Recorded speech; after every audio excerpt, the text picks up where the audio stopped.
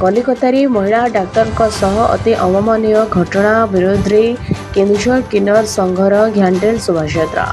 किछि दिन तले कलिकता ठारे घटी जाइथिबा महिला डाक्तर प्रति होइथिबा पाशविक अत्याचार घटनार दोषी विरोध में दृढ़ कार्यानुष्ठान दाबी में केन्दुझर जिला किन्नर संघ पक्षरु शुक्रवार संध्यारे एक कैंडल शोभायात्रा आयोजित हो जाइछि।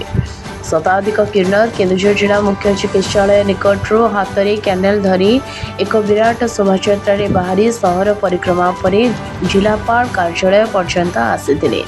सेठारे किन्नर संघ पक्षरु कलिकतारे दुष्कर्म पर हत्यारे पीड़िता मृत महिला डाक्तर अमर आत्मार सद्गति कामना करी कैंडल जालिबा सह दोषी विरोध में कड़ा कार्यानुष्ठान दाबी करथिले। समस्त को नमस्कार। मुझे प्राची दास केन्दुझर प्रेसिडेंट किन्नर संघर। आज आम जो कलिकता रे जो घटना होता रेप केस होता ममिता देवनाथ आज आम कैंडल मार्च बाहर करूँ। बोली नुह समस्त आमर भी भौणी माँ समस्ते अच्छा कई सेफ्टी अच्छा से आम आज मार्च काढ़ी कैंडल मार्च ये कि सरकार भारत सरकार आमर एमती गोटे आईन बाहर करंतु जेमिति जो माने रेप करुचंती बलात्कार करुचंती तांकु फांसी दिया जाओ।